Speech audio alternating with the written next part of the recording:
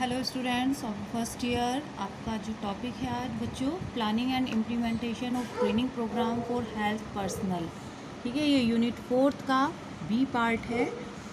इसमें हम देखेंगे, पढ़ेंगे आप कि जो हेल्थ पर्सन यानी कि व्यक्तिगत स्वास्थ्य को लेकर कौन कौन से कार्यक्रम बनाए गए, क्या क्या योजनाएं चलाई गई।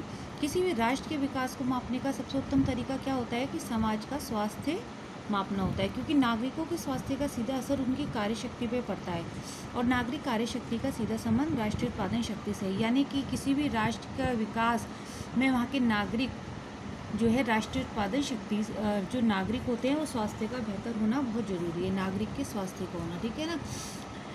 वर्तमान में किसी भी राष्ट्र के लिए उसकी सबसे बड़ी चुनौती क्या है कि जनसंख्या के उत्पाद में स्वास्थ्य सुविधाओं को मुहैया कराना। और वर्तमान में भारत में व्यक्तिगत स्वच्छता के विषय में जागरूकता थोड़ी कम है।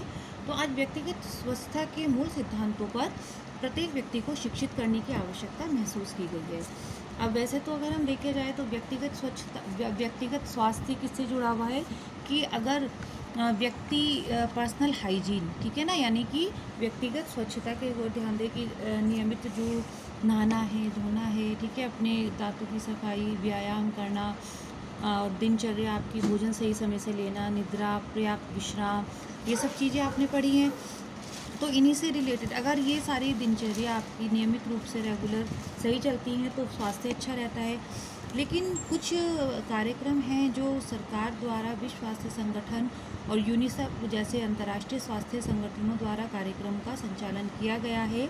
उनमें सबसे पहले बच्चों आता है राष्ट्रीय प्रतिरक्षीकरण कार्यक्रम, कि भारत सरकार द्वारा ये 1986 में सार्वजनिक प्रतिरक्षण कार्यक्रम लागू किया गया था, जिसका उद्देश्य सन 2000 तक सभी बच्चों तथा गर्भवती महिलाओं को प्रतिरक्षीकरण के माध्यम से सामान्य तथा गंभीर संक्रामक रोगों से सुरक्षा प्रदान करके रोगता दर और मृत्यु दर को कम करना होता है। यानी कि राष्ट्रीय प्रतिरक्षीकरण यानी कि जैसे कि बच्चों को आजकल जन्म से ही जो टीकाकरण होता है वो शुरू हो जाता है, ताकि इन फ्यूचर उनको कोई भी रोग का शिकार वो ना हो। ठीक है ना। इस प्रतिरक्षण के रूप में मुख्यतः टीके लगाकर रोग निरोधक शक्ति में वृद्धि की जाती थी, ताकि प्रति व्यक्ति रोगों को कम किया जा सके। देन नेक्स्ट जो टॉपिक है बच्चों, सेकंड आता है राष्ट्रीय परिवार कल्याण कार्यक्रम। जनसंख्या में वृद्धि के कारण देश में प्रति व्यक्ति स्वास्थ्य पर नकारात्मक प्रभाव को देखते हुए यह कार्यक्रम 1953 में लागू किया गया था, जिसमें परिवार नियोजन कार्यक्रम चलाया गया।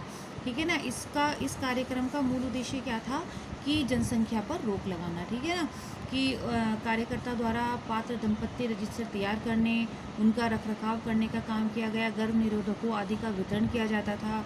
अंतरा गर्भाशय गर्भ निरोधक लगाए जाते थे और उनकी नसबंदी केसों की अनुवर्ती जांच भी की जाती थी। यानी कि राष्ट्रीय परिवार कल्याण कार्यक्रम द्वारा जो है जनसंख्या को नियंत्रण करने के लिए बहुत से कार्यक्रम चलाए गए। देन नेक्स्ट आता है विटामिन ए की कमी के कारण होने वाली पोषणजन्य अंधता की रोकथाम संबंधी राष्ट्रीय कार्यक्रम। यानी कि देश में जो स्कूल पूर्व आयु के बच्चे हैं उनको विटामिन ए की पूरी खुराक दी जाए। ठीक है ना, ताकि उनको आंखों से संबंधित कोई रोग ना हो। यह कार्यक्रम 1970 में लागू किया गया था और इससे 3 करोड़ जो लाभान्वित थे कार्यक्रम से, उनको सेवाएं दी गई। ठीक है ना। इस कार्यक्रम के अंतर्गत विटामिन ए की मेगा डोज देने पर बल दिया जाता था। ठीक है। 2 तरह से ये कार्य होता था, दीर्घकालिक और अल्पकालिक। दीर्घकालिक में क्या होता था कि अल्पकालिक में, तो अल्पकालिक यानी कि थोड़े समय में उनको डोज देकर सही किया जाता था, मेगा डोज दी जाती थी विटामिन ए की खुराक।